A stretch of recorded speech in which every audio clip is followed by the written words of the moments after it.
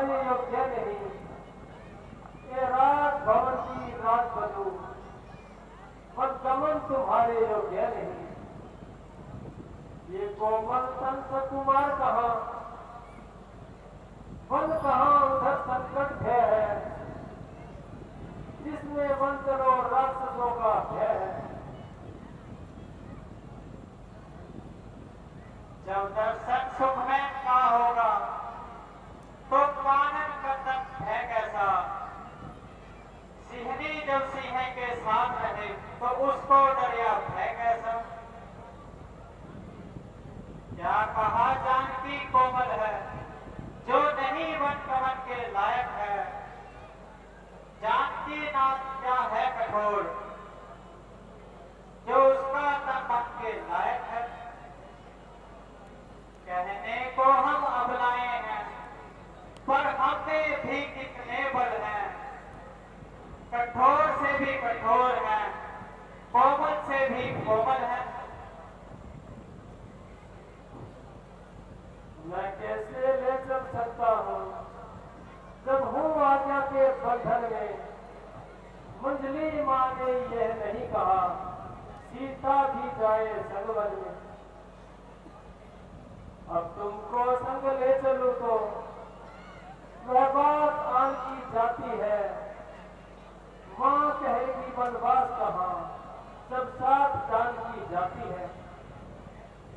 कह चुकी बड़ी माता मुझसे वो योगी तो तू योगिन है। दे चुकी आदेश मुझे भी है, बोली तू भी वनवासिन है। छाया बनकर हर समय नाथ चरणों के संग चलूंगी मैं। यदि आप बहुत भी रमाओगे तो तन पर भस्म मलूंगी मैं। यदि छोड़ जाओगे मुझे यहाँ तो मेरा कोई जोर नहीं। सीता के प्राण साथ होंगे, रह सकेगी जिंदा भोर नहीं। स्वामी आप यह निश्चय कीजिए कि 14 वर्षों के बाद आप सीता को जीवित देख सकेंगे तो अवश्य ही छोड़ जाइए। अच्छा प्रिय, चलो। अब मुझे विश्वास हो गया कि तुम अपनी हट से नहीं हटोगी और अवश्य साथ चलोगी। माता जी पर नमस्कार कीजिए और इनका आशीर्वाद लीजिए। माता जी मुझे आज्ञा दीजिए और आशीर्वाद दीजिए कि मैं अपने पतिव्रत धर्म का पालन कर सकूं। देखिए क्या कहूँ, रोते रोते आंखों का पानी खत्म हो गया। आहें भरते भरते कलेजा वसम हो गया। मैं मालूम मैंने ऐसा कौन सा अपराध किया है जो विधाता ने मुझे ऐसा संताप किया है। अब तक तो एक और हो रही थी और अब दो बने। अच्छा बेटी, जैसी तेरी इच्छा। माता जी, क्या हुआ माता जी? माता जी, अब तक बहुत खूने जिगर दिया और अपने आप को बहुत जब्त किया, मगर माता जी की यह दशा देखकर मेरा सीना चाक हो गया और कलेजा जलकर खाक हो गया। मेरी उपस्थिति में माता जी के इस तरह जा तो लक्ष्मण पर एक बार नहीं लाख बार धिक्कार। माता जी, ओ माता जी, जरा आंखें खोलो और देखो, लक्ष्मण तुम्हारे कदमों पर निशान है। अगर नहीं बोलती तो लो, लक्ष्मण तुमसे पहले मरने को तैयार है लक्ष्मण, जरा होश करो। इस कायरता का क्या अर्थ है?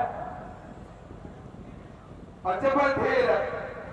जब राम सब प्रकार से राज्य का हकदार है तो किसी दूसरे का इस पर क्या अधिकार है। रोने और गिड़गिड़ाने से राज नहीं मिल सकता। हाँ, अगर किसी की हिम्मत है तो मुकाबले पर आए, हमारे दो दो हाथ देखे और अपने दिखाए, ताकि राज करने का कुछ मजा भी तो आए। वरना मैं कदापि ऐसी बेईमानी और चालाकी न चलने दूंगा, और जब तक दम में दम है किसी की दाल न गलने दूंगा। प्यारे भाई, मुझे सख्त अफसोस है कि तुम्हारी तबीयत में इस कदर जोश है। जरा सोचो तो, किसको अपने हाथ दिखाओगे और किसके हाथ देखोगे, किससे लड़ोगे और किसके खिलाफ तलवार उठाओगे। जरा अपने आप को संभालो और इस फिजूल के जोश को अपने दिल से निकालो। भ्राता जी, तमाम कुल का नाश हो रहा है और जिसे देखकर मेरा कलेजा पास पास हो रहा है। उधर पिताजी की हालत बद से बदतर हो रही है, इधर माताजी अपने प्राण खो रही है और माता सीता अलग रो रही है। अच्छा अच्छा, यूं है तो यूं ही सही। इस तरह सारे कुल का मटिया मेट कर भरत अवश्य राज कर लेगा और सूर्यवंशी को अपने सर पर धर लेगा। अगर धर्म और न्याय इसी का नाम है तो मैं भी एक एक को राज का मजा न चखा दूं तो सुमित्रा का दूध एक बार नहीं लाख बार आराम है। प्रिय भाई, जरा गुस्से को दिल से निकालो और बात के हर पहलू पर दृष्टि डालो। इसमें भरत का क्या कसूर है? वह बेचारा तो यहां से कोसों दूर है और माता के कई का तो यूं ही बहाना है। अब हमारी आजमाइश का जमाना है, मगर अफसोस तुम मामूली सी आजमाइश में डगमगा रहे और थोड़ी सी बात पर इस तरह घबरा गए। बहुत अच्छा, अगर रघुकुल की यही रस्म है तो अयोध्या में रहना मेरे लिए भी कसम है। भ्राता जी, जीते जी आपका साथ कभी न छोड़ूंगा और आपसे कभी न मोड़ूंगा।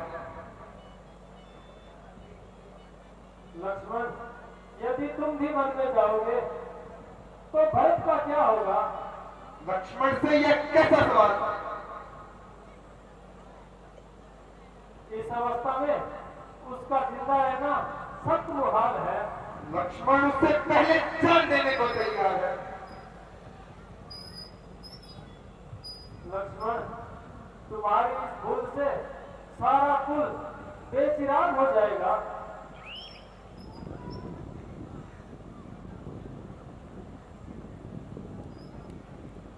भ्राता जी, आपकी आज्ञा शिरोधार्य है, मगर अयोध्या में रहने से लक्ष्मण असमर्थ है। मैं किसी भी अवस्था में इस जगह नहीं रह पाऊंगा। अगर आप मुझे यहाँ छोड़ जाएंगे तो शरीर तो जरूर यहाँ रह जाएगा, किंतु प्राण आपके साथ ही चले जाएंगे। अच्छा लक्ष्मण, अगर तुम्हारी यही जिद है तो माता सुमित्रा से आज्ञा ले लीजिए। धन्यवाद भ्राता जी।